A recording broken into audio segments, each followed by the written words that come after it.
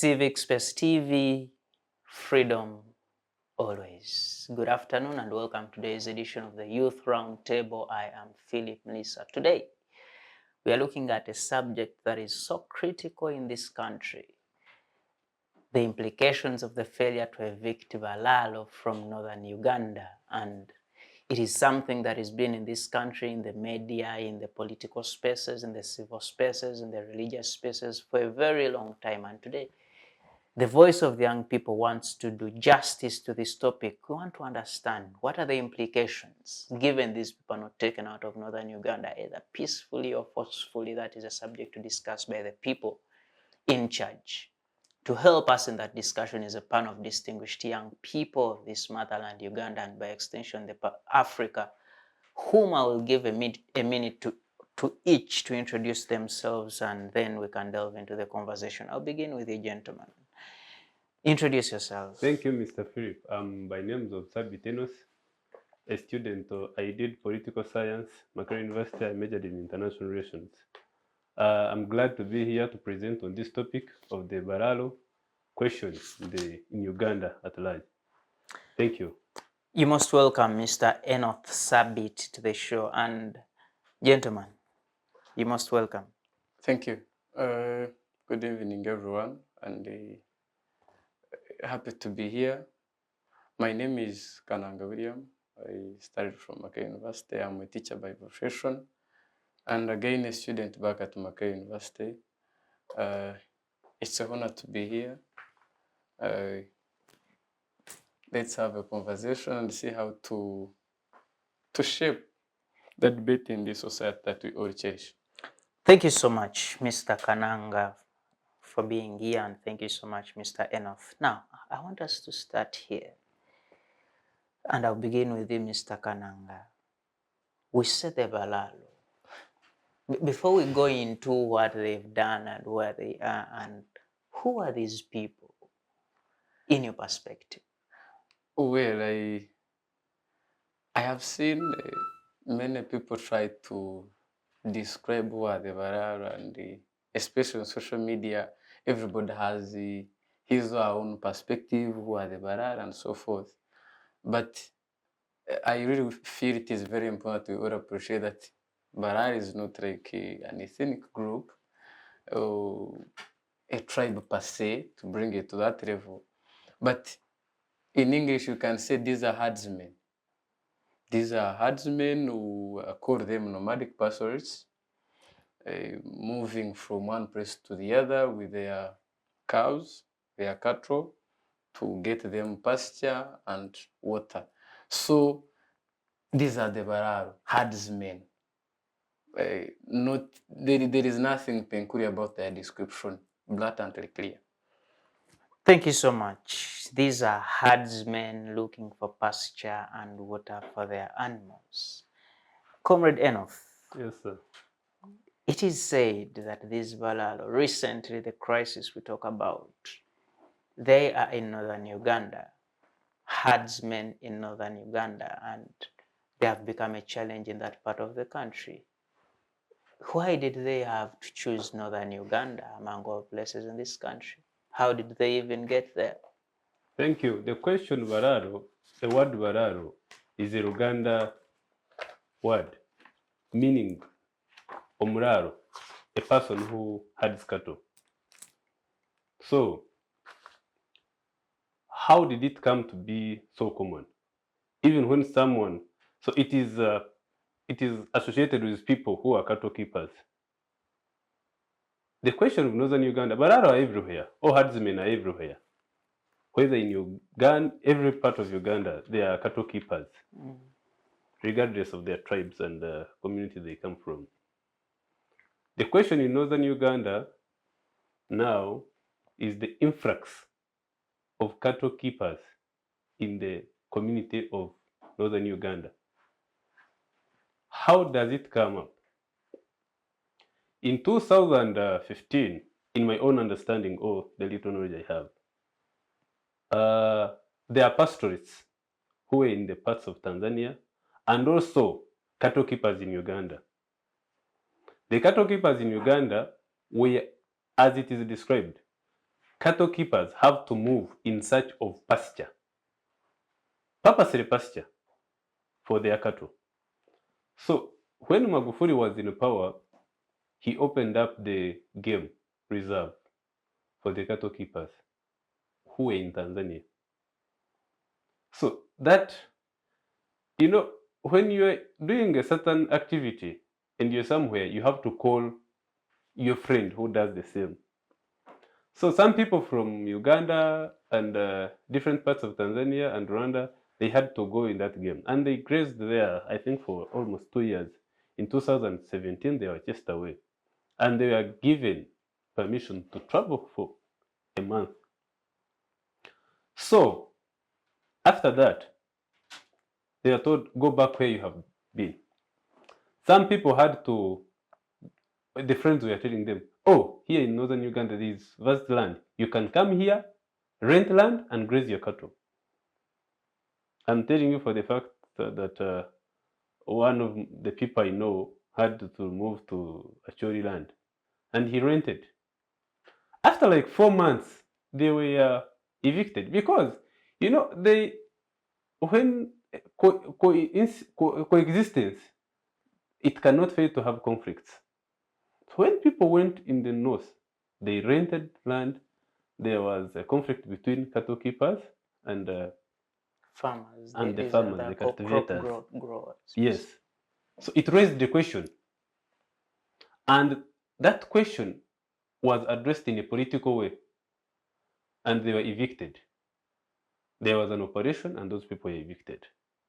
So now, those who were from different parts of Uganda, they went back. Who are the Balaalo now in Northern Uganda? It is the question that should be addressed. The cattle keepers or the herdsmen in Northern Uganda are the people who are there, who have rented land, and most of them, a big number, are Ugandans. Different from what some people say that these are Rwandese, these are Tanzanians. No. These are people who are from other districts of Uganda. They have rented land, and some have bought the land, and they are grazing their cattle. However, there is an existential threat also, because some people are selling their land, and then it is being politicized. So, in my own understanding, that is how the issue of Balaalo is in Northern Uganda. Thank you so much. If I come to you, Mr. Kananga here, colleague Sabiiti there says these are people who came from wherever they came from. Many of them are Ugandans. They settled in Northern Uganda, rented, bought land in that part of the country, and they are looking after their animals from there. We know that animals feed on grass, pasture, but also most of the food crops, cows are able to consume these. And the people in Northern Uganda say the cattle people are actually allowing their cattle to come onto our gardens, eat our banana, eat our maize, eat our beans, and everything. Is this in the behavior of the Balaalo or herdsmen, the one you talk about, to, be of heinous activity, destroying people's items, property, crops? This is what people feed on. Is it in the behavior of the Balaalo? Well, it's very sad as you put it, but I wanted to briefly to begin on what you earlier asked him about why Northern Uganda. There are facts that we must come to terms with. Uganda, as a country, about 199, 807,000.4 square kilometers as a land. But now, part of that, 40%, is owned in a customary land tenure system. And even in chapter 15 of our constitution, article 237 stipulates clearly how land is owned in Uganda. And these are 4 ways. Customary land tenure system, we have Mairo land tenure system, we have freehold, and then lease. These are 4 ways. And going by, I told you 40% of the land in Uganda is owned in a customary land tenure system.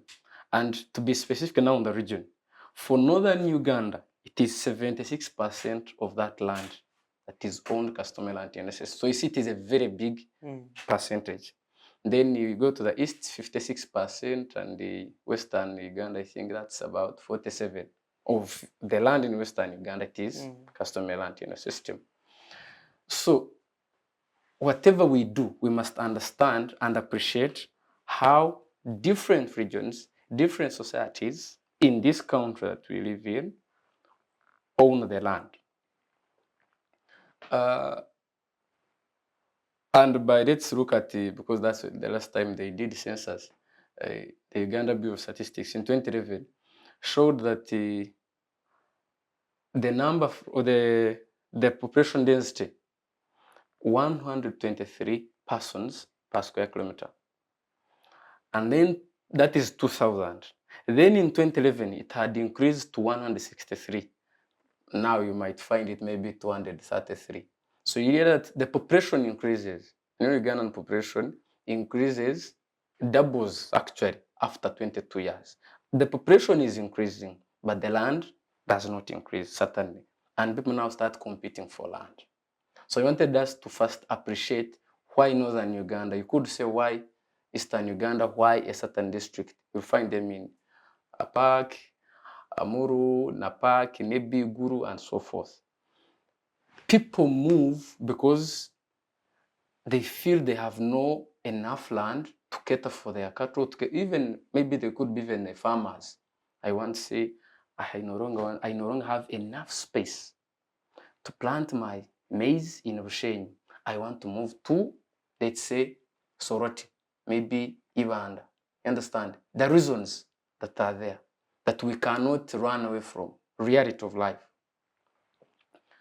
But now, as I started talking about the ownership of land in this country, that we should be careful with, especially these herdsmen that we are talking about.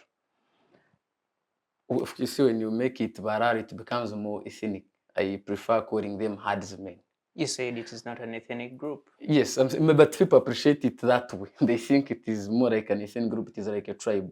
So why aren't they sensitized when they are moving from one place to the other that this society, land is owned in this fashion, but here it is owned differently? So to understand that when I reach in this area, this is what I should do. He talked about existential threat. He opened. When you reach in a society, you must appreciate the nuances of every society. There is how people behave in Northern Uganda. There is how people behave in Western Uganda, in Central, East, and so forth. When you reach there, you must be very diverse enough to understand.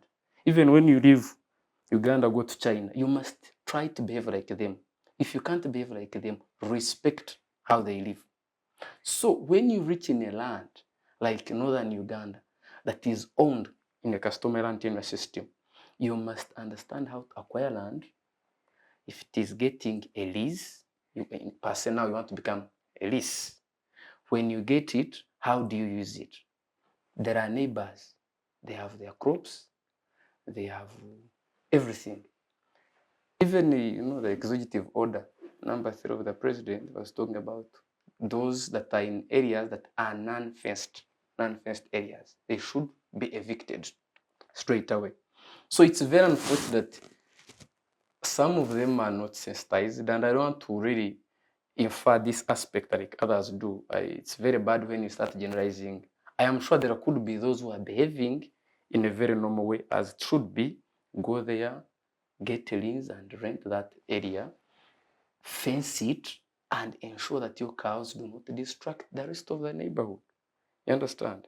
So for me, it is a very primitive way of herding that they used to do because of maybe illiteracy. It is also an aspect in that case. But if they are sensitized, and I know some of them don't behave like the others behave. So it is an issue that must be addressed through sensitization. But yes, some do just reach in an area, start herding their cows without even taking care of the vicinity, and they start destroying other people's crops. But others do fence the areas. Yeah. Thank you so much. Bwana Sabiiti. Yes, Ndugu. You know, he mentions a couple of things at the primitive war herding, but it is 2023. Yes. And he says people are not sensitized. We are living in a country in 2023. It is a democratic country with democratic principles, with people going to school. You have universal primary education, universal secondary education, and so on. Universities are at a pool of about 60, I think, now in the country. People are not sensitized. Does this reflect more of a failure in the system of leadership or a failure in the social status of the Balaalo themselves? Two things. National integration. Failure by our governments to learn from the Nyerere government, whom we call like our father. Secondly, lack of constitutionalism, rule of law. It would be good if our country, Uganda, is nationally integrated. So that if someone sees a person from the West and he's in the East, he doesn't take him as a stranger. He takes him as a Ugandan, not taking him as a person from Western. I don't know if you get it well. Secondly, so we should focus on national integration, where we should see everyone as a Ugandan, not as a Muraro, not as a what. And secondly, on constitutionalism, how do you take your cows to another area, even from your farm to another farm? You should be having permission of authorities. So, are these people taking cows to Northern Uganda not having permissions, or they do? The answer is yes, they do have permissions. They have permits, travel permits of their cows. Secondly, do they first acquire land? Yes. Fortunately, I've been to Northern Uganda in those farms. I have friends who have cows there, and they do fence.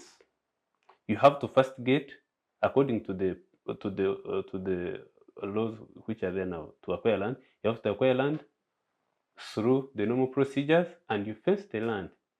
Then you have your dams there. So the sensitization issue is, should it be only in the north or in every country, the whole country?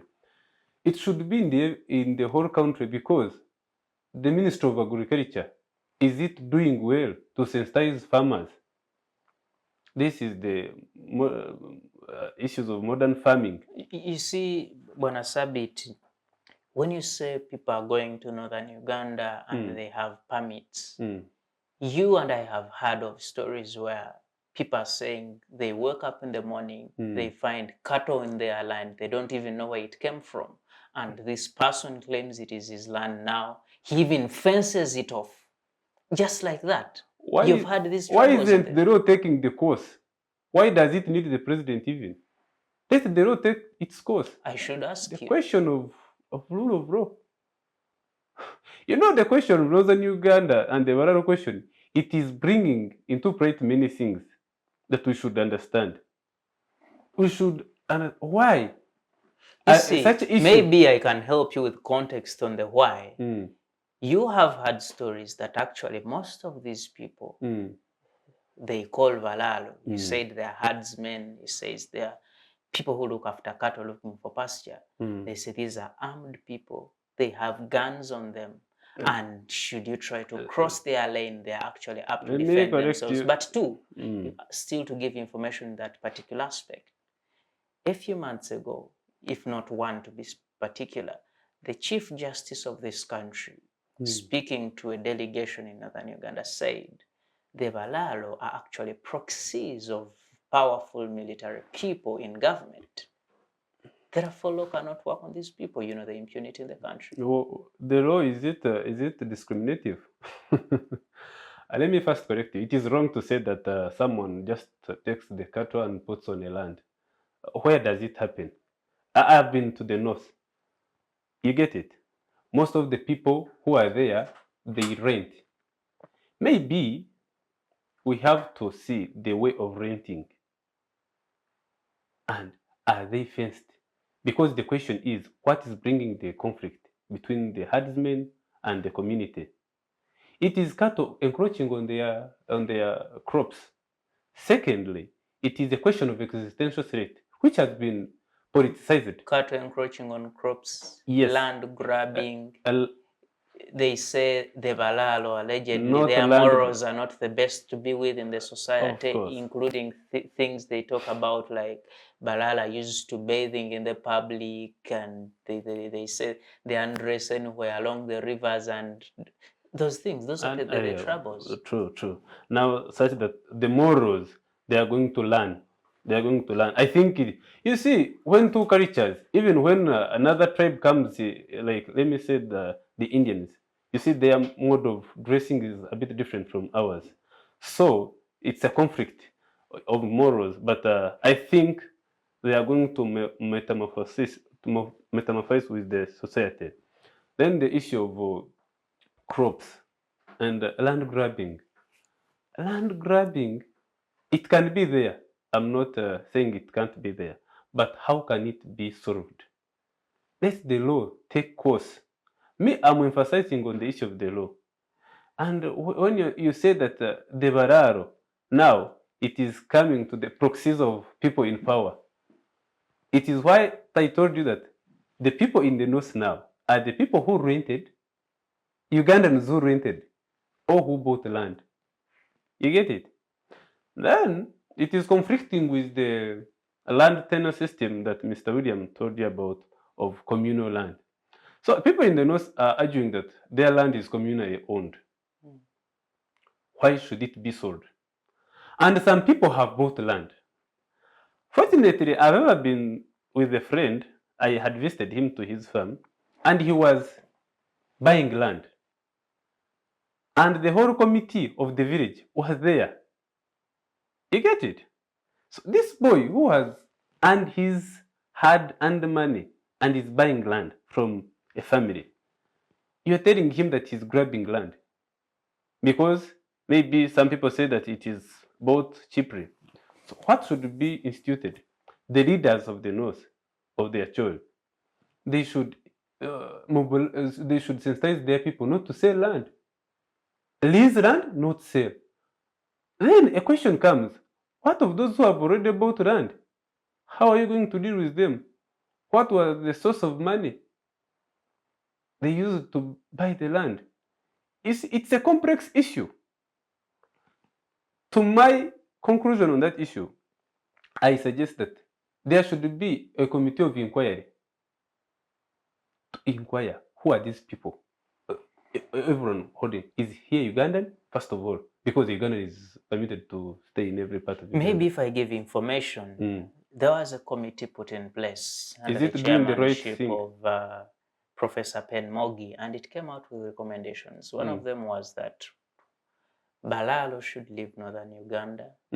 2, all those that bought land generally bought it below value, therefore they should be revaluing, and either these people giving more money, but also because of the land tenure system, which is customary, it was illegal for them to buy that land, therefore they should revalue and have government refund these people.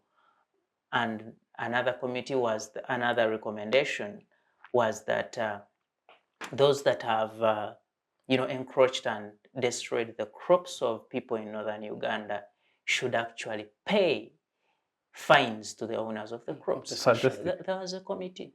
Fantastic. I don't agree with those recommendations of the committee because why the government refund people? Was the government in agreement of buying land?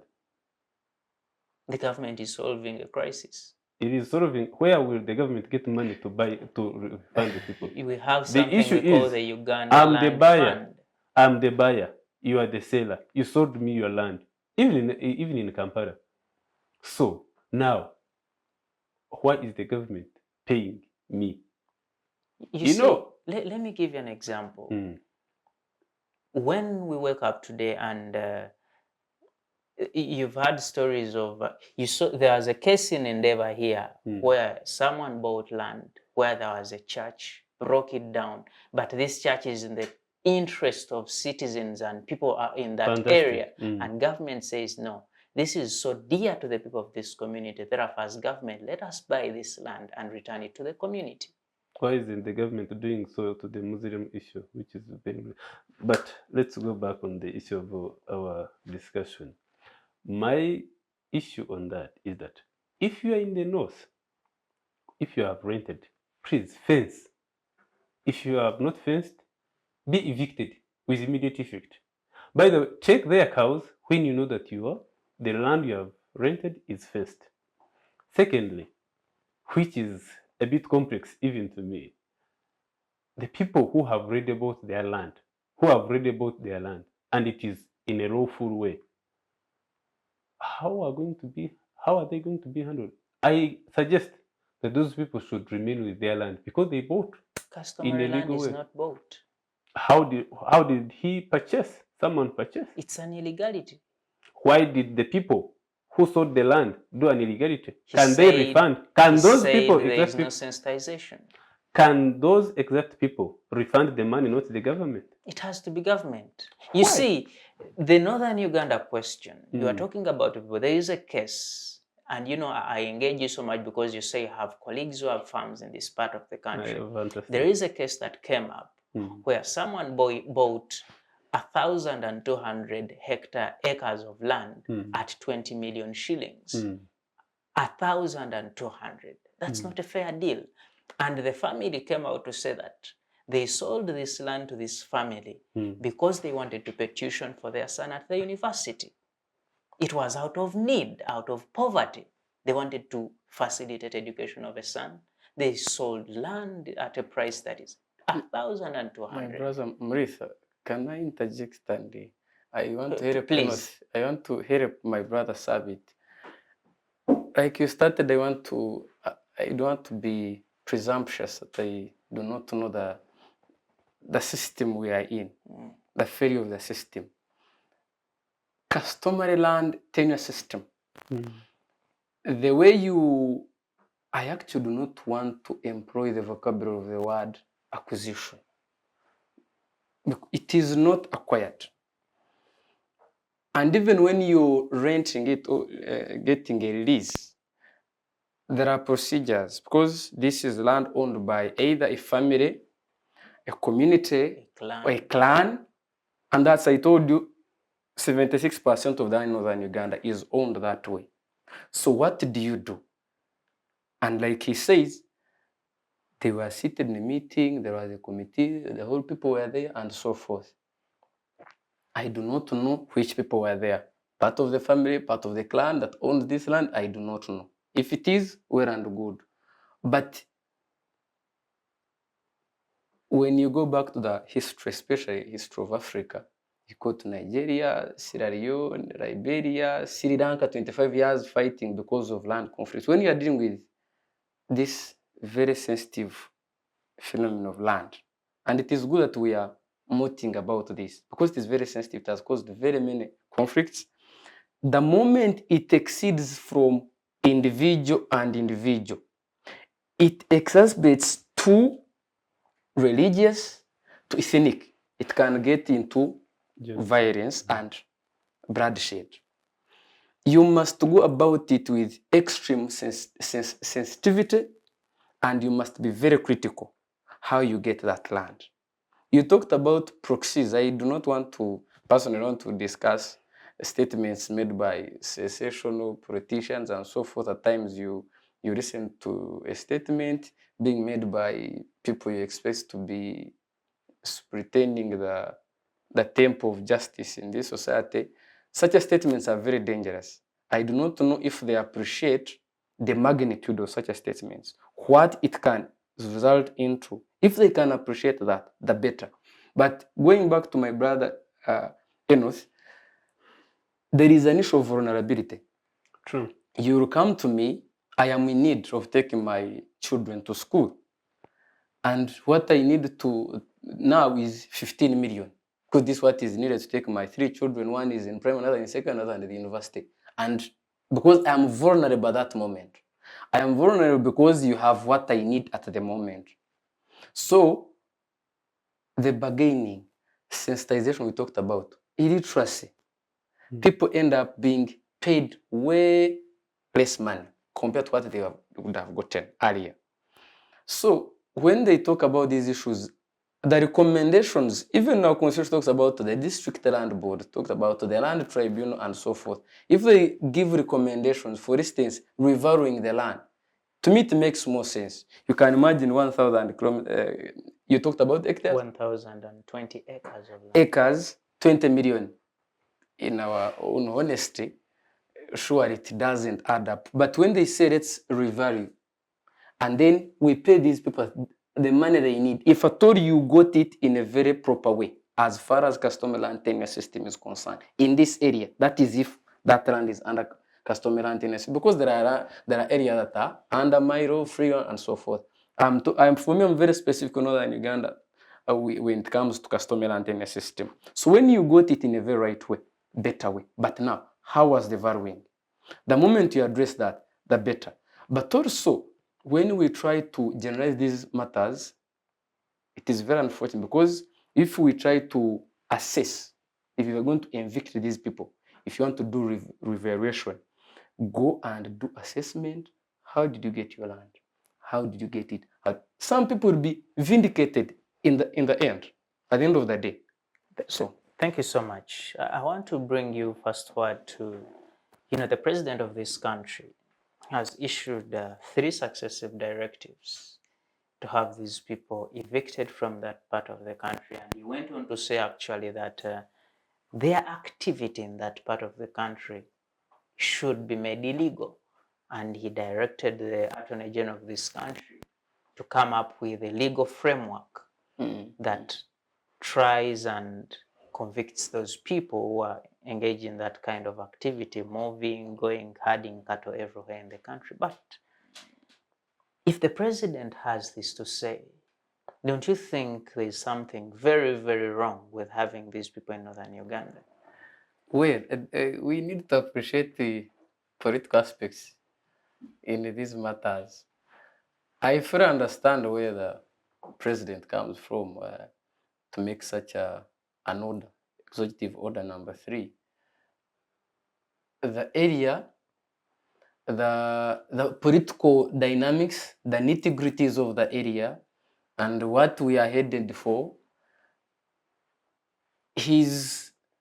because the constitution allows people to live wherever they can in this country, as long as you follow the right procedures. But of course, I am emphasizing the political nitty-gritties of this aspect, and it is going to be very hard and so intricate for him and the government to handle this matter. Otherwise, there would be no issue, as you talked about failure of system, law enforcement, sensitization. You can imagine, I am ignorant of the law, I am ignorant of reality, the same you are, we do a negotiation, we agree and exchange. You've done what you deemed fit. I have also done what I feel I am supposed to do to get what I need, and you also get what you need. But the 2 parties now are very ignorant. And now you want to choose one of the party, punish. You understand? He told you if they follow the right procedure, some people will be vindicated. Others, of course, might have gotten this land in an anomaly way. So politics come in. I want to understand the politics of Northern Uganda differ from what is happening in Central Uganda, what is in Eastern Uganda and Western Uganda. So some of these statements made by the orders and the statements made by the government and government officials are political in nature, are politically influenced. Thank you so much. Sabiiti, Yes, Enoth. You've operated in Northern Uganda. Like I've you say, visited- you I've visited Northern Uganda. Yeah. Thank you for that. He has grabbed land. I've visited. But certainly you have a land grab. Not really. But that's not true. So we are saying Hmm.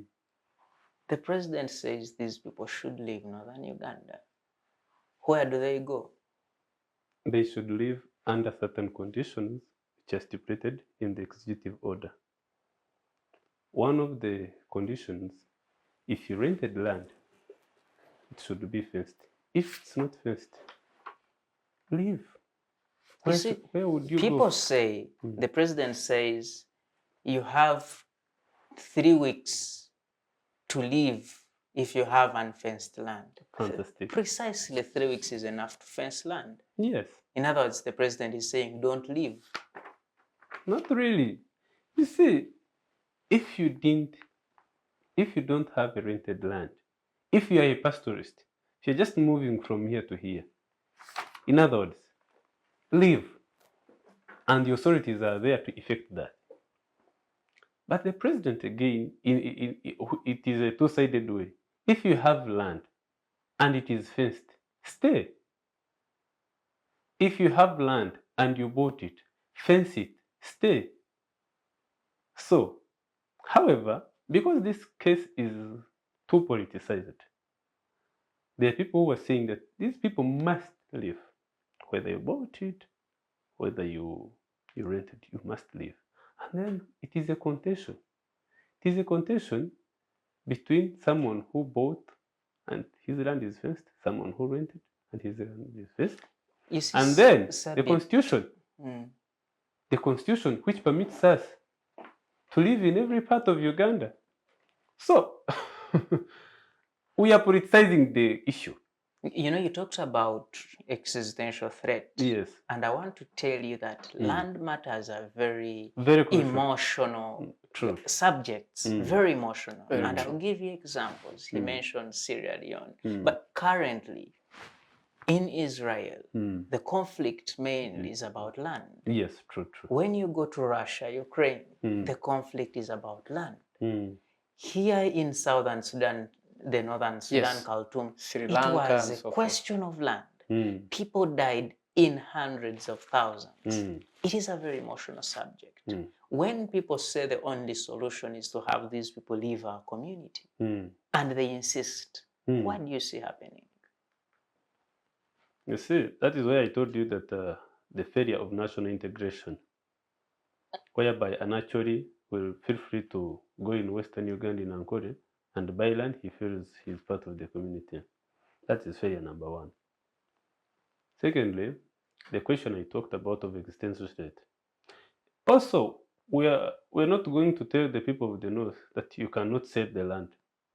Someone is free, because there are people who have, much as you're saying that the land is communally owned, I think there are people who have private ownership of land, Freehold. rights, freehold.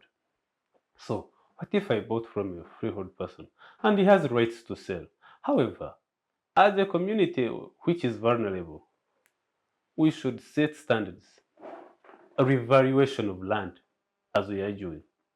Let the land be valued. Are you selling at a valuable price which this land should be sold? And then there's also a question whereby the young people are selling the land and they are running to towns. And we are saying that in a few years to come, they will have nowhere to stay. So, are those people, strict laws should be put in place for someone to sell land in the north, maybe. It's my submission. The strict measures to sell and strict measures to rent. Thank you so much. Mr. Kananga, Yes, please. for about 20 years, the northern part of this country was under war. The LRA, but also you can talk about the affiliated Lakwenas and all other rebel, South outfits. Sudan. Moses Ali talk about the coming in from South Sudan, even from the eastern part of Kenya, and a couple of other things. They have suffered enough. They have suffered, and in fact, there was an argument that most of the people that came to this part of the country saw that land was free, and the Northerners are saying we had actually just moved away to IDP camps during the war, and we were planning to come back to our land. And on coming back, we find some cattle keepers there, and they're not willing to leave.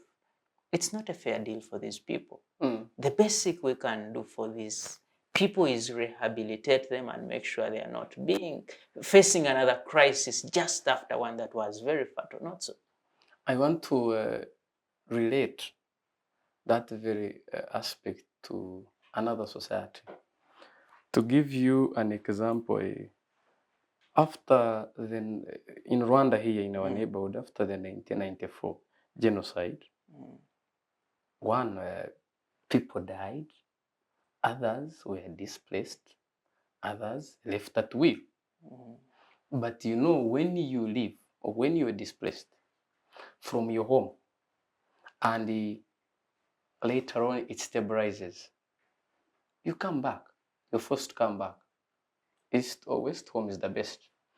So before they came back, some people had moved from different areas, Tanzania, Uganda, Rwanda, and wherever, went and settled in free land that had no people, just like it happened in Northern Uganda 15, 20 years ago.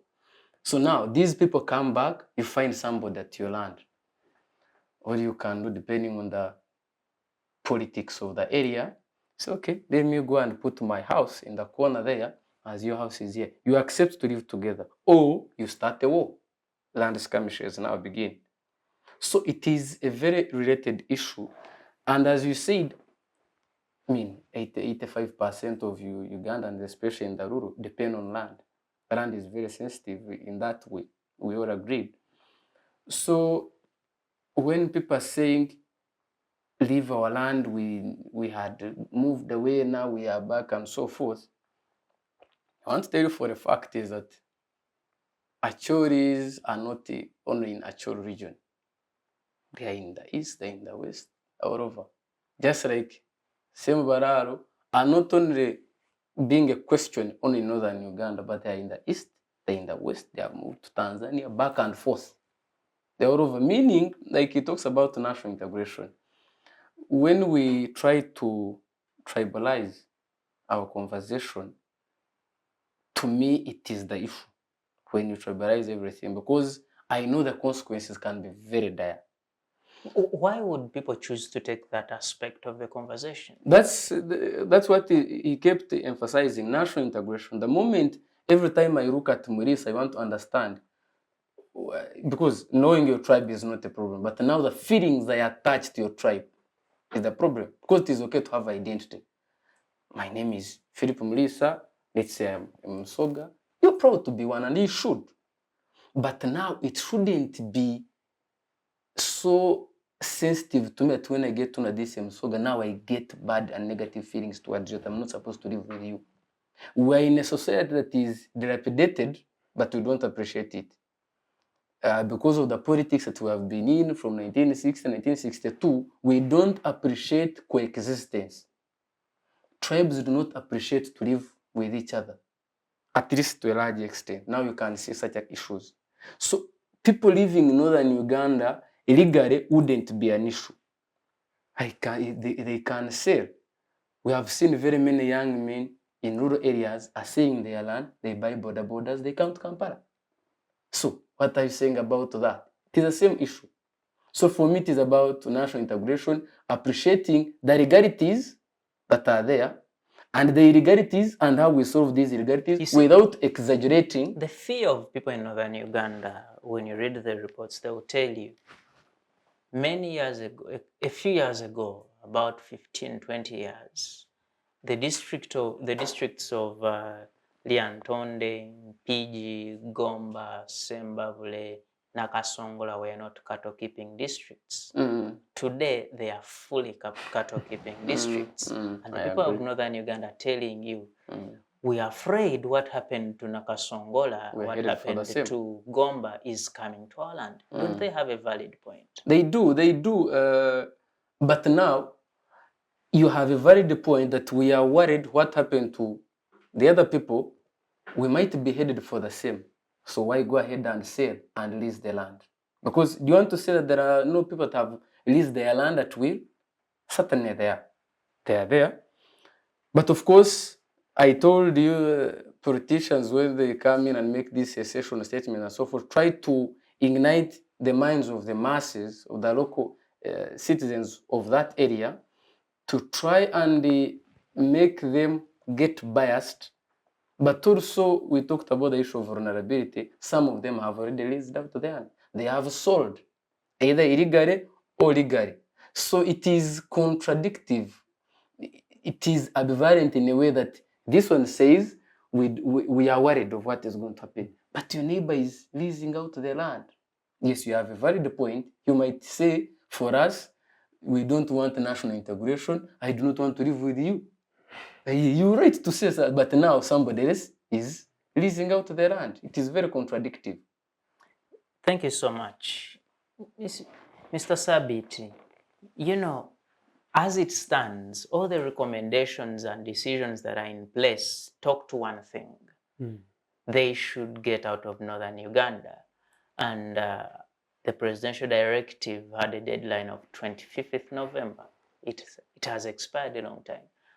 Unfortunately, after a few days to expiry, the Ministry of Agriculture, one of the ministries that were mandated to oversee the movement of Eviction. these people from Northern Uganda to wherever they are going to, more certainly as it is stated to Western Uganda, announced that in Northern Uganda there is now, what is this disease for cattle? Foot and mouth. Foot and mouth. Therefore, cattle cannot move. What do you sense in this decision? It's a complex. Do you have foot and mouth at your friend's farm? Not really. I am not sure of that. It might be there or not. But I trust that the Minister of Agriculture did a research on that and might not be wanting to spread the disease in other areas.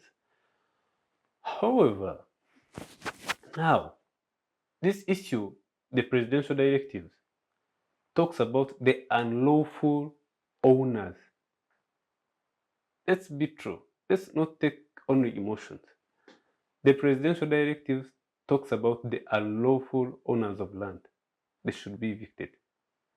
Then, the politicians from the community, and some people say, even those who are lawful, must. When you say must, it is all people who are cattle keepers, all people with their cattle, they must live. Are we together? You see, people in Northern Uganda, part of the anger, there is a lot of anger. Part of it is the emotion that is brought about by land. The second emotion, they say that during the LRA conflict, but also even the NRA conflict, these are two different, the Lord's Resistance Army and the National Resistance Army, they say they lost animals in those conflicts because themselves, you had cattle keepers in that part of the country. They say they lost animals. Government promised to compensate them, and it has not compensated them even today. And then all of a sudden, they see other people with animals come take up their land. They have reason to be annoyed. You see, government changes in Uganda have been characterized by war or fighting. I think you can agree with me on that. Even people who were in Nakaseke, which is called Royal Triangle, most of them lost their cattle.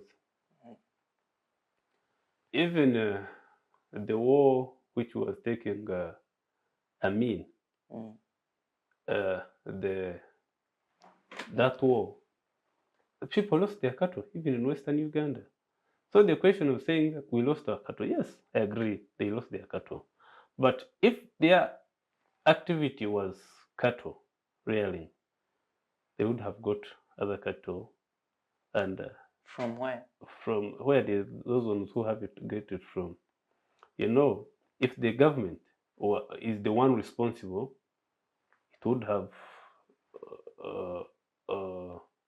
done what? What did you say? They should, government should. Compensation. It would have done compensation. However, now, after 20 years, I do suggest that the question of Balaalo is someone has cattle and another person has pasture. It's the relationship. If you don't want me on your land for pasture, I shouldn't be there.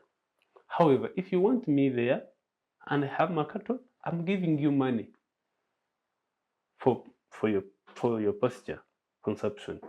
You can either use your money for the way you want it, either to buy cattle also and you have your cattle there, or for other issues. Because in this issue, there's someone who has his land in the north. He's in Kampala. He's doing his businesses. He wants to rent his land to me, who is a cattle keeper, to invest in his business. If you say that everyone in the north who is a cattle, who is a Muraro, should vacate, aren't you doing injustice to this business actually person who takes his land as a source of income by renting it? Thank I you so conclude much. by saying that rule of law should take course, not people's emotions, not what. You know, the law is not a sword, it's a shield to protect both sides. So if the rule of law takes course, we are going to have people living amicably. However much some little conflicts cannot fail to be there, as you know. Thank you so much. Mr. Kananga, Yes, please. throughout, Uganda is the pearl of Africa, as, credited by Sir Winston Churchill. Mm. But also within Uganda, Western Uganda is referred to as the land of milk and honey. And from my personal experience going through Western Uganda, I've seen it is actually the greenest part of this country. And when we talk Balaalo, they are attributed more to be from the western part of this country. Why do they leave the greenest part of the country to a region where there is green but not as much as it is in their home? There are two aspects I want to raise. One is why they leave, but also, in my own estimation, I would wish to throw an advice to whoever can pick it. Why do they leave? I told you about the increase of the population, doubling every after 22 years. As the population increases, the land doesn't increase. My brother Muliisa, my other elder brother Sabiiti, we are brothers. As you grow, you get your own cattle. I get mine, he gets his. As you get more, you need enough space to herd your cattle. The same to him and myself. So, because the land is not enough for that moment, you're forced to move to other areas. You understand? That is the reason. That's the logic. No other reason, really. The land is not enough to accommodate their large herds of cattle. That is the reason. But also, at times I feel very disillusioned by these so-called Balaalo in their way of their modus operandi. They have taken their kids to school. There are issues that must be very realistic to all of us, those that are Balaalo and those that are not. If you have land and cattle, can you have and make sure you had cattle that can be accommodated by that land? You can do enough business around that. But the more they increase, you keep moving, you keep moving, you keep moving. That's how we are getting these issues. But there are other things they could have used the money for and the heads of cattle for their own income and survival than keep moving, which is their way of life. But with their children that have gone to school, they should be able to devise means of changing their way of living from the past to the realities of life. Thank you so much. Mr. Sabiiti, Yes, Ndugu. the farms in Northern Uganda, in your own assessment from your friends' farms and the people you visited and the people that live around that part of the country, are they in harmony with the community? Well, according to my assessment, they were in harmony. However, starting from the question you asked William, the challenge we still have is that most of the people are grazing in a free range system, where I need to have thousands and they have to feed on grass on the farm.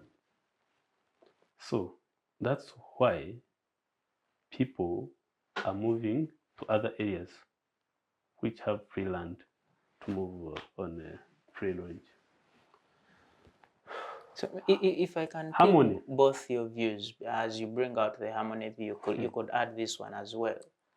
When we say someone is moving 1,000 cattle from same Balaalo to Northern Uganda, It's an example. That's very costly. But two, buying or leasing the land as they do, where do they get this money? You know, Briefly, it's an economic activity. Keeping cattle is an economic activity. It's not just, as some people take it as prestige. As someone chooses to get his money and buy plots and develop estates, someone is busy focusing on agriculture, which is cattle rearing. Are we together? And you have to understand that cattle, they are sold to get money. You sell your cattle and you lease. Simple as that. You sell your cattle and you buy land. Thank you so much. Briefly, is that true? That Clear, certainly that's the angle, because this is an economic activity. Just like you have your phone, you sell it to me, and then they say, you man, you bought to an illegal phone. And many are also stolen from somebody else. I am being punished because you practiced an illegality. You should be the first person to be apprehended. You understand?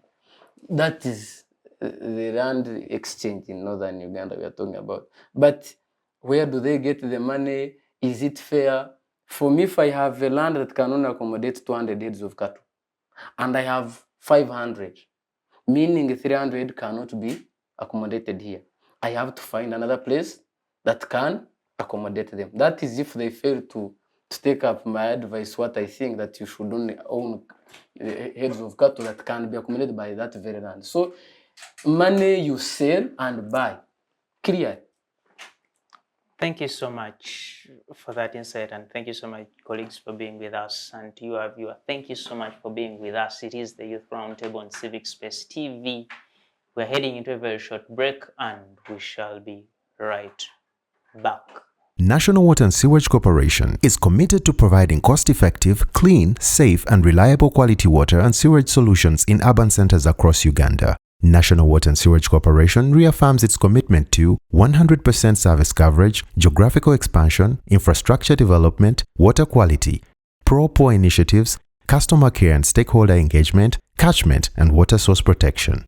Be a water hero. Pay your bills to zero balance. Report all leaks, busts, and illegal water connections to enable us serve you better. Reach us through our toll-free numbers on 0800 200 977 or 0800 300 977. You can also communicate with us through any of our online platforms or visit the National Water and Sewage Corporation office nearest to you. This message is brought to you by National Water and Sewage Corporation. You are still on Uganda's leading freedom platform, the Civic Space TV, and this is the Youth Roundtable. I am Phillip Muliisa. Today, we are looking at the implications of the failure to evict Balaalo from Northern Uganda as directed by the President, as recommended by the Professor Penmogi Committee, and as situated in every corner of power in this country. Discussing that is a panel of distinguished young people here, and they're giving me very, very amazing views. Mr. Sabiiti, Enoth, and Mr. Kananga here. Gentlemen, where we left off, we talked about most of these challenges. We talked about how these people acquired land. We talked about how the people are fencing the land. He told us how they are living in harmony with the people. But I want us to look at a likely scenario, because if the president passes a directive, therefore he has spoken both to the mind and the heart of the people in a particular space. The president says those people are going to leave. Therefore, emotionally, these people are ready to see. The people, the Balaalo are emotionally ready to leave, I would imagine. And the people in Northern Uganda are ready to see these people leave their land as they would wish it to happen. In any case, this does not happen. What are the likely scenarios? I'll begin with you, Mr. Kananga. It's a very tricky aspect. For me, I do not know if it is me who overestimates it, but I look at it as something very sensitive.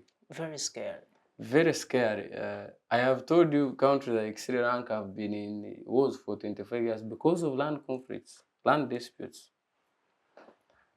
So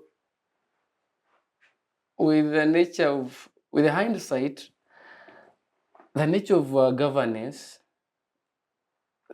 the politics of our society do not dictate certainty. What somebody says is not what he or she does or what he or she means.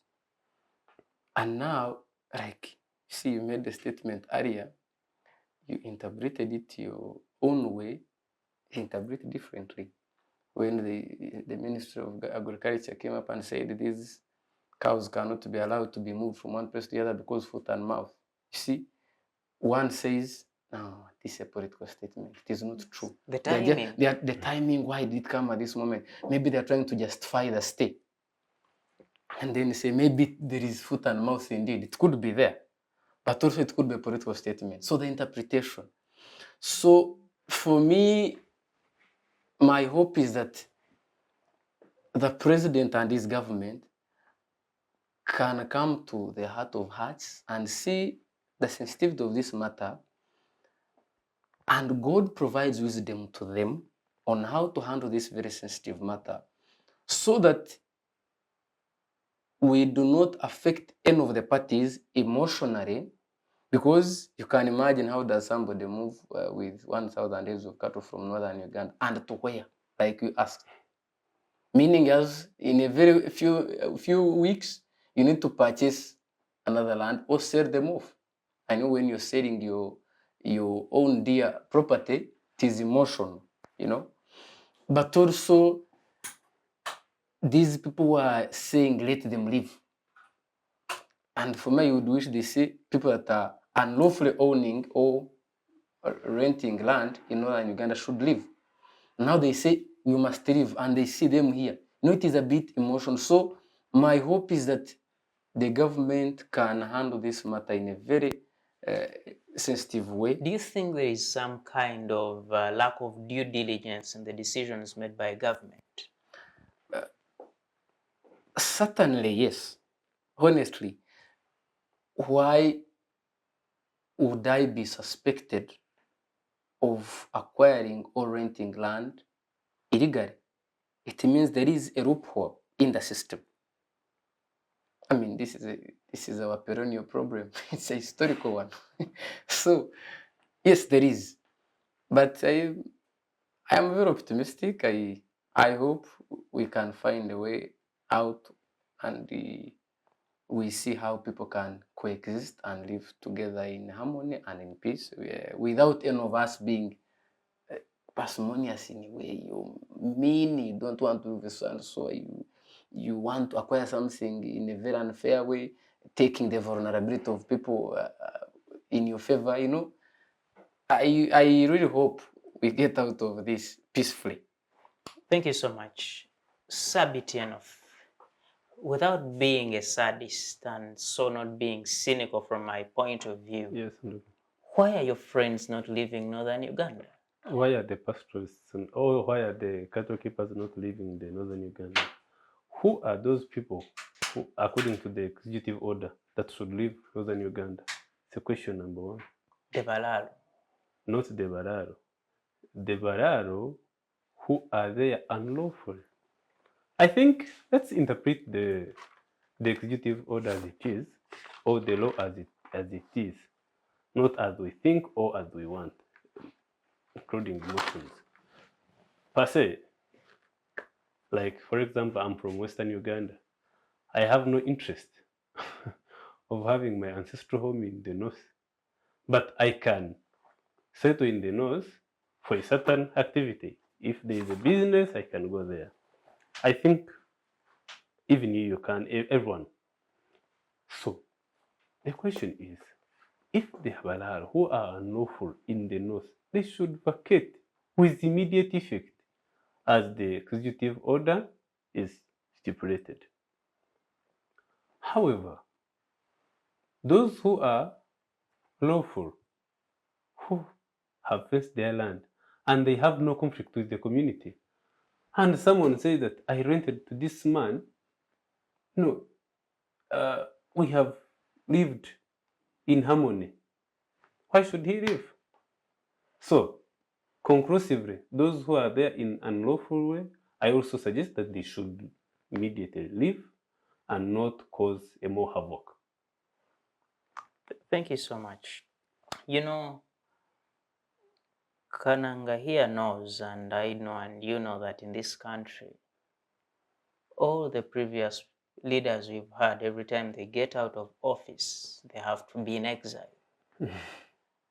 None of them has been able to stay in the country. True. And we all know every leader still has faced some kind of war against him. Dr. Bote faced war. Amin faced war.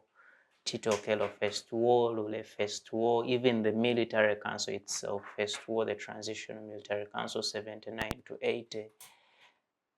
Even the NRM itself has it boasts of having defeated about 22 rebel groups in the country.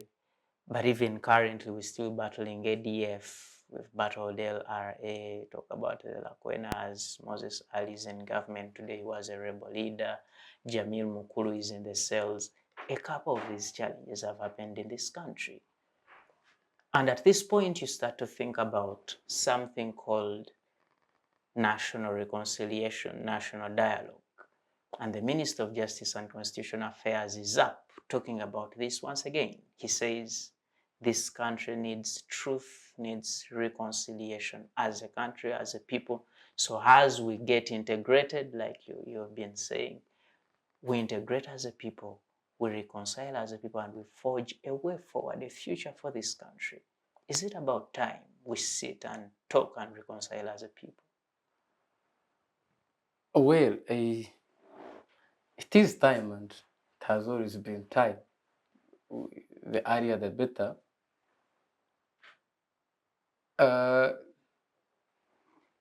When we are looking at where we are headed, when you try to estimate what might happen, the likelihoods, you try to anticipate as a human being. You look at the negatives and the positives. What are the likelihoods? It is very unfortunate that we are still in a situation where I look at my brother Phillip. We do any business together. A dishonest politician from the other end comes and talks to me, gets me biased and so forth. Now I turn against you. So people tend to run away from politics. I hate politics and so forth, but politics is very central to our lives. We have accepted to degrade our society to where it is now, have the nature of leaders that we have, good and bad. The majority is, your guess is as good as mine. And whichever group that beats the other by numbers has determined how we live. The societal philosophy. What kind of philosophy do we have as a Ugandan society? So as we head into political reconciliation and the rest, we must cherish integrity and also honesty at all times, and appreciate that where we are headed, if we keep moving like the way we are moving, the future is scary. Thank you so much. In the words of Honorable Mao, he says this country is more like a pressure cooker. and he says we need to create a vent to let out some pressure, or else we are headed for explosion as a people, as a country. Do you believe him, and do we need national dialogue and reconciliation? I do believe in that where there is a conflict on a national level that is presumed to be of national level, there should be dialogue. Because it's conflicts that birth wars. And at the end of it all, wars end with dialogue. So why should we go into conflict and wars and then we dialogue after and then we'll come back to what we should have done earlier? I do believe in that seriously. And dialogue is a very sensible and it is very, very, very crucial. You know, to the what lives is of the so people. critical in national, because it is national truth, dialogue, and reconciliation. But key to that is truth. Do you see will from our political leaders today to come out on that aspect of truth? Because national dialogue, it is very comprehensive. People from all sectors, academia, religious institutions, cultural institutions, we sit, we talk as Ugandans. But on the side of politicians, do you see will for them to come out on the element of truth and say all the data they've done in this country? Well, in dialogue, in reconciliation, in negotiations, in reconciliation, when you are to reconcile, you have to first agree with truth. This happened, an injustice happened, but now let's forge the way to live in an amicable solution. On the political side, there is no will because of the question of power. You know, the powerful think that they can't bend to those one may be in opposition. So in Uganda, I think national dialogue it's still not easy because of power struggles. Someone feels that he can't dialogue with an inferior position, and so on. Thank you so much. I want to engage Kananga here. You know, post-apartheid South Africa, they had what they called the National Truth and Reconciliation Commission. And the mandate of this commission was to superintend over conversations at national level, at local level, for people to talk, people to say it all truthfully, the truth they had, whatever they had committed, and how it went out. And they said, let us talk about these things, make them normal, start to joke about them so that we create a peaceful society. In another scenario, in the Gambia, we had the truth, the National Truth, Reconciliation and Reparations Commission. And the major difference is that you had to come, give all the evidence about all these things, the same way South Africans did, talk about them. But two, the commission has to pick out key figures in the major atrocities committed against the people, against the nation, so that they can be taken actually in the temple of justice to see that they pay for what they did. In a likely scenario, we have a similar situation in the country. We have to set up a commission. Should it be truth and reconciliation and reparations? See, in whether reconciliation or negotiation or dialogue, the condition is one. We must be equals. I cannot come to dialogue with you on a table, yet you feel I am an inferior, my subordinate. I literally have nothing to dialogue with you because whatever I say will be discarded right away. Do we look ourselves as equals? I highly doubt. And really from all ends of life, both in government and opposition. Two, do we have people with the will to dialogue and do these reconciliatory meetings and engagements? Yes, I believe, but they are not the majority. And they don't even actually wield much power compared to those who don't find it. Actually, they find it, I know in their honest feelings, they know it is very important, but the fear, the uncertainties around all that. All of us would really love to see what you're saying. My only question and the concern is if we are willing to do so. Who knows? Thank you so much. Sabiiti, should we punish these people in the end? Who? The people who have committed, because for example now, and by the way, including the Balaalo issue now, people are disgruntled, but we know there are people who arbitrarily arrested their colleagues, people who killed others. We had the November 2020 demonstrations, we saw 56 people die. We've had people who allegedly operate safe houses in the country.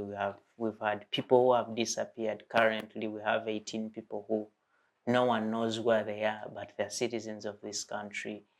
Talk about the people in the wars, the previous wars, the NRA war, the Bote war, the Amin war. People committed crimes, and we're saying, let us reconcile. But there is a balance. Should we reconcile and stop it at that? Or actually the people that committed these offenses should be taken to court and they actually pay for what they did? It's a complex issue. I do believe in that. I do believe in dialogue, because the interest of dialogue is peace and harmony. And reparations are also much good, because if, let's say, I was operating a business and a certain force came and destroyed it, if you say that we dialogue and we reconcile, when I'm not reparations are not effected, it means nothing, because I lost, and there's nothing that is making me have a sense of peace with this person. So, but it's all those questions of reparations and dialogue, it's because it is committed by the governments. And it's the governments that are responsible to be serious of those symptoms. If we go on with this, what will it be? Can we solve this? Can we harmoniously? What is the cause? The time of elections. Can we have free and fair elections, such that people don't kill each other, such that the forces don't kill the people, such that people don't make uprisings? So, to me, I don't think that if there is good governance system, all that mess wouldn't be that much. Thank you so much. You see, if you have 3 directives from the president, first directive, second directive, third directive, what does this even mean of the person of the president? In 2018, there was an operation to chase away the Balaalo, and most of them were evicted successfully. I know people who were evicted, and some of them sold their cows, and they went to their respective places of origin. However, when I was discussing with one Muraro who was there, he told me that those people whose cows were in the lands of the big people in government, they stayed there. Oh, big people, as you know, they stayed there. So there was a restriction that when you are to go in the north, there are certain restrictions that were put in place. And some people started going back. Or you connive with the landowner and you take back your cows. So now, there was an issue that from I think the local government of Acholi land, the local government, whoever is on the land, you should face the land such that the cows shouldn't encroach the crops. Some people are not willing to do so. So that's where the presidential directives come in, that someone whose farm is not fenced, leave the land. But the question, which I don't see in the presidential directive, is those people buying the land cheaply. How should it be addressed? You had earlier on, you had stated that there should be re-evaluation of land selling, and also which land are they buying? This is a communal land. So Is the president working out of excitement? no, not really. The president, a president cannot take decisions as a citizen. You should be aware of that, because he's on both sides. He has to protect the interests of the both sides. The side of the landowners, who are the actual people, they say that these people are encroaching on our land. These people are bringing morals which are not of our community. So, what can be the resolution? The resolution is, if you have a land which is not fenced, fence it. If you acquired the land in unlawful way, leave. And if that presidential directive is not effected, I think it will give birth to it is uncertain, Thank you so much. a big conflict. If I come to you, Mr. Kananga, William here, a few years ago, he mentions about the birth of a big conflict. We know we have a very sorry conflict today in the areas of Gaza, Palestine, Israel situation there. And this is a situation about land. About 2, 3, 4 years ago, we hosted the current Prime Minister of Israel in this country, the Honorable Benjamin Netanyahu. And on the event where we hosted him, the president gave a speech and he gave advice to Prime Minister Netanyahu. He said, when I visited that part of I had visited, in his words, he says he had visited the president of Iran at the time. And this president, he was His Excellency Ahmadinejad at the time. And he said the Israelites were not supposed to be in that area that they occupied at that time. And President Museveni, who had carried his Bible, got it out and read for the president of Iran, showing him the history of Israelites in that particular part of the country. And he says the solution to that conflict should be history. Do the Israelis have history in that part of the world? Yes. Do the Palestinians have history? Yes. They do. Therefore, they should coexist. This was advice from the president of this country. Now we have a situation in his country. You have people in Northern Uganda. Some are called the Balaalo, the others are the indigenous Northern Ugandans. Why don't we invite the same wisdom of history and ask, do the Balaalo have history in Northern Uganda? We find out. Do the people who say they are Northern Ugandans have history? And we base on that craft. Those who have history stay there and those who don't have leave. What do you think? Quickly, to arrest your fears, we can accuse Genome 7 of other misdeeds, but not being a genius. We can have issues with him in other fields and other realms of life, but he's a genius. I trust him in dealing with these things. And you see, he talked about executive order number 3 being extended 3 times. That's part of conflict management, conflict resolution. Delay the process as you study the grounds, as you engage, as you dialogue, as you try to also compromise 1 or 2. How can we go about this and so forth? What I do not know is if Genome 7 is still in charge and not crafty like we, because he has aged with his age and what is going on. I do not know if he's still in charge, but if he's in charge, I want to believe that he is going to get out of this as a winner, because for him, where he sees a conflict, he sees an opportunity. Thank you. As we go back to Israel, since I mentioned it, those people fight. Thousands of people have died on the side of Israel, and tens of thousands have died on the side of Gaza, the Palestinians, the Hamas people. And You want to imagine we need a solution to this war as soon as yesterday or today even. How do you think this war can be brought to an end? You see, it is very difficult to deal with the historical war. Historical war goes hand in hand with pride of identity.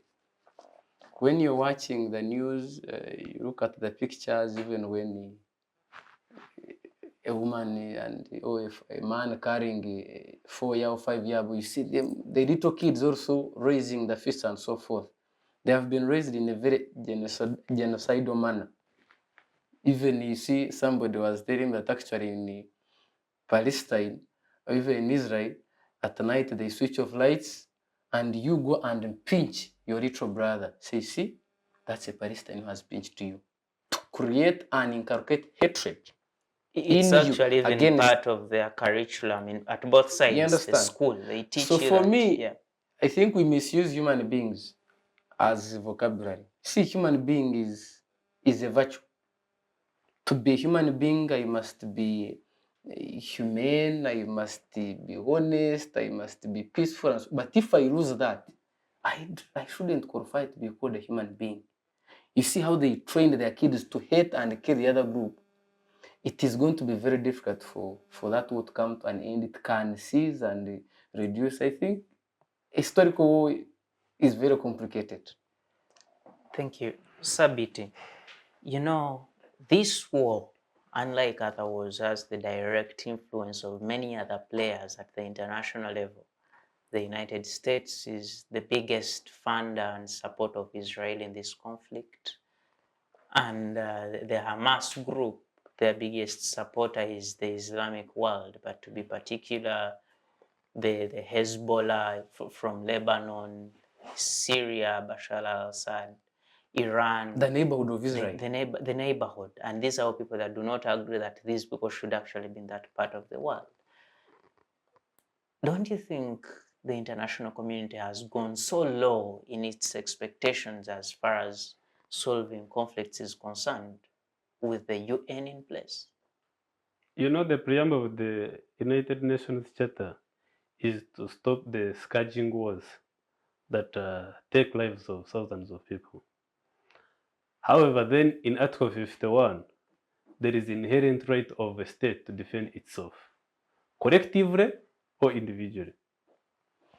So, when Hamas attacked, was it 7th of 7th October. 7th October, when it attacked Israel, it was an inherent right of Israeli government to defend itself. However, now, what could be the solution? The historical war of Israel and Palestine will never end, but we can have relative peace between because the doctrine of hatred between the two sides has been there for a long time. And respect of the international community resolutions, we should respect both sides. They should have a ceasefire and they respect the United Nations resolutions, and we have lives saved. The United Nations seems so armless and so weak without the support of the United States. I think that we should all agree, and the United States is seen to side with one of the protagonists now. I want to take you back briefly in history around 1992 and 1994. The then leaders of the two areas, Yasser Arafat from the Palestinian side and Isaac Rabin, had forged a document that was going to be signed, a peace agreement between the two states. And the biggest challenge is both people accepting that there is a state of Israel and a state of Palestine. And these two colleagues had agreed on this one.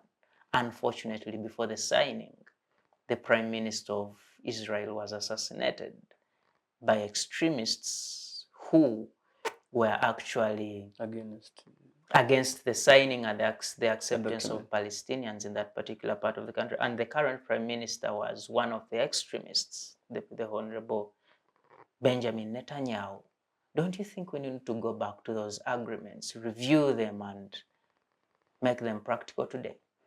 It remains a question of power and hegemony. As you have stated that the Hamas or Palestinians are supported by Islamic world. Israelis are supported by America, USA. So, is it in the interest of USA as a superpower to have peace in the region of the Asian region? Really? No, because as a state, I think it benefits from that. And then, is it in the interest of the Islamic world to have the existence of State of Israel? I don't think so. However, to me, in my sim, what is dividing these two people who are brothers? Religion, and land, Territory. territorial issues. They can coexist. My resolution would be, why shouldn't they coexist together, regardless of their religious issues and their tribal or Isn't ethnic? the United Nations so unfair to the people of Palestine in failure to recognize them as a state? Because they haven't done that since you have one country and this one is just a territory that is not a country according to the UN. It is what we say that who is in the interest? Who is the the United Nations is not a central government of the world, however much we presume it to be. The United Nations resolutions, who affirms them? The superpower, the veto powers. And when one veto power does not agree, it is not effected. And we are well aware that USA, which is the superpower and the veto power, does not recognize Palestine, because the creation, we first go to the creation of Israel. 1948. 1948. Who were the people behind it? The USA. United Kingdom. United Kingdom.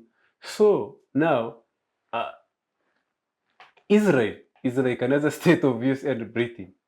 So they cannot allow, because when you say that agree that Palestine is a state, it will have to have powers of a state, and it is hard for them. So they need that Kananga, conflict to continue.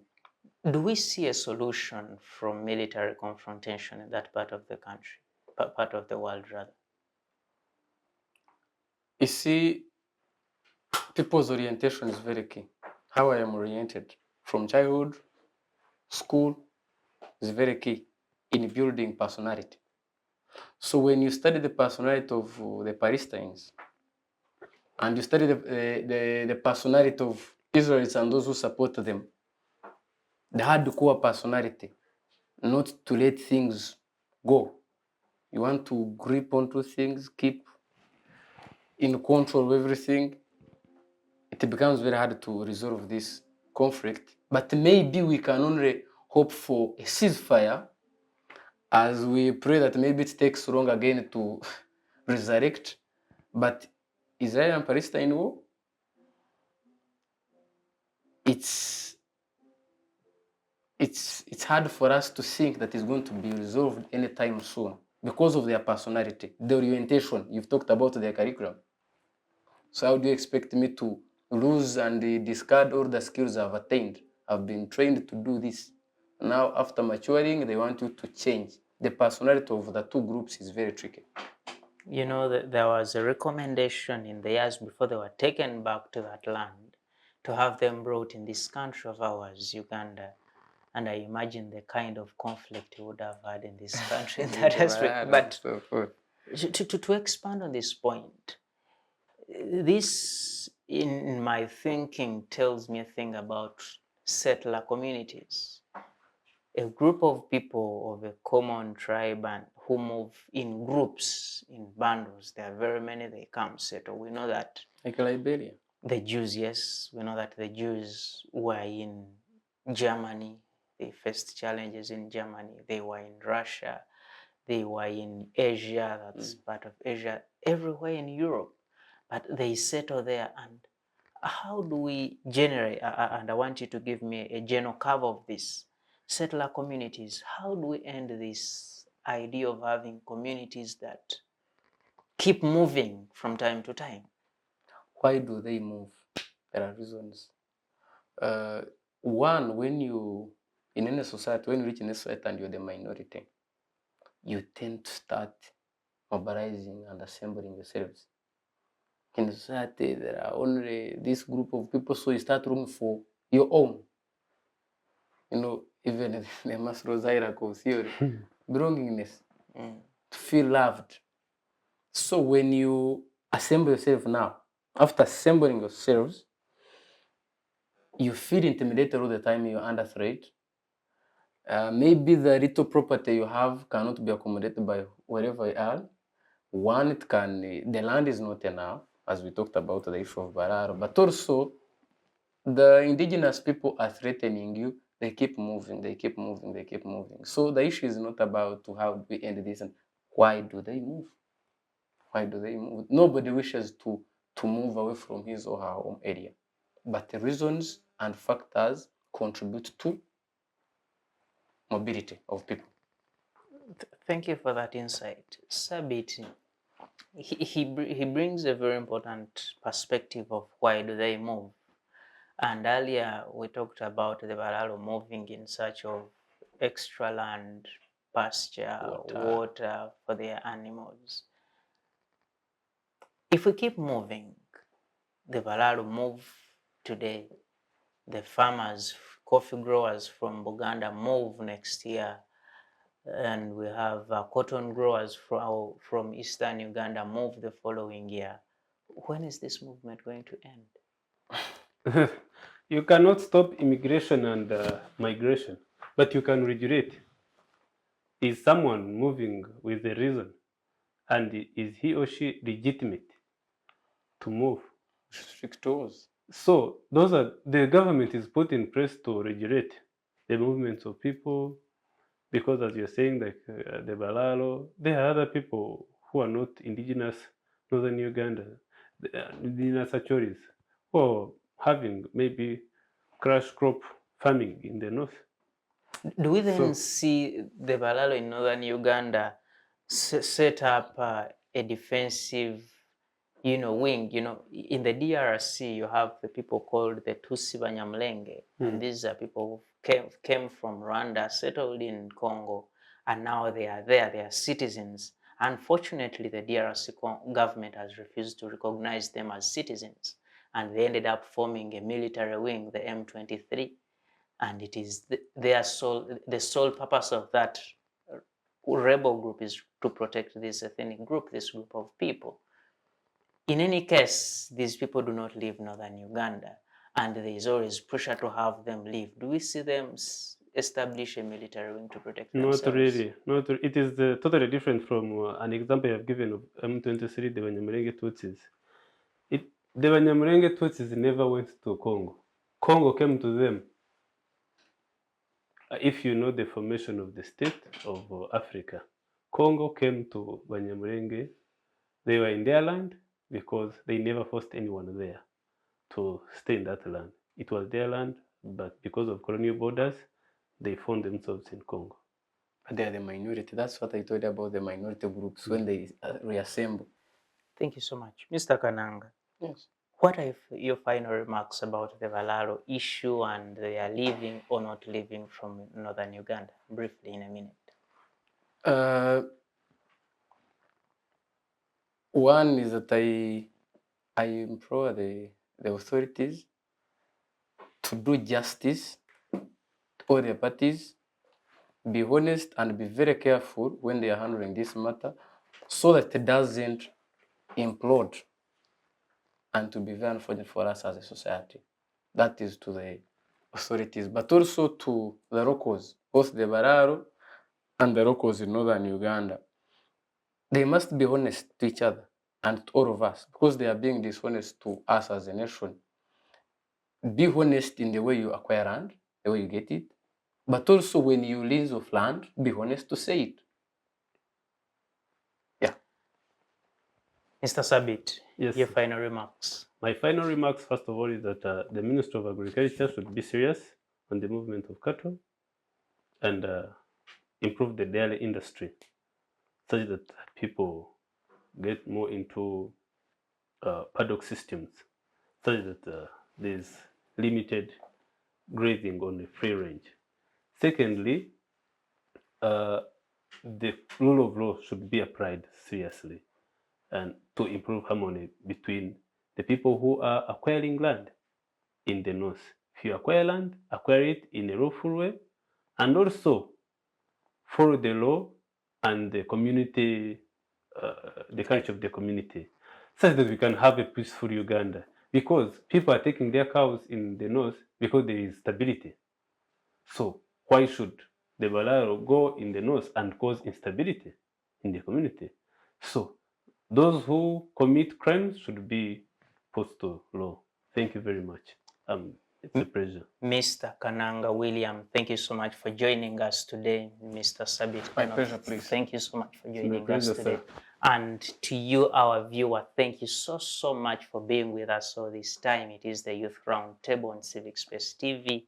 Remember, this is made possible by the Center for Constitutional Governance, and we thank you so much for the effort you put in growing the civic space of this country.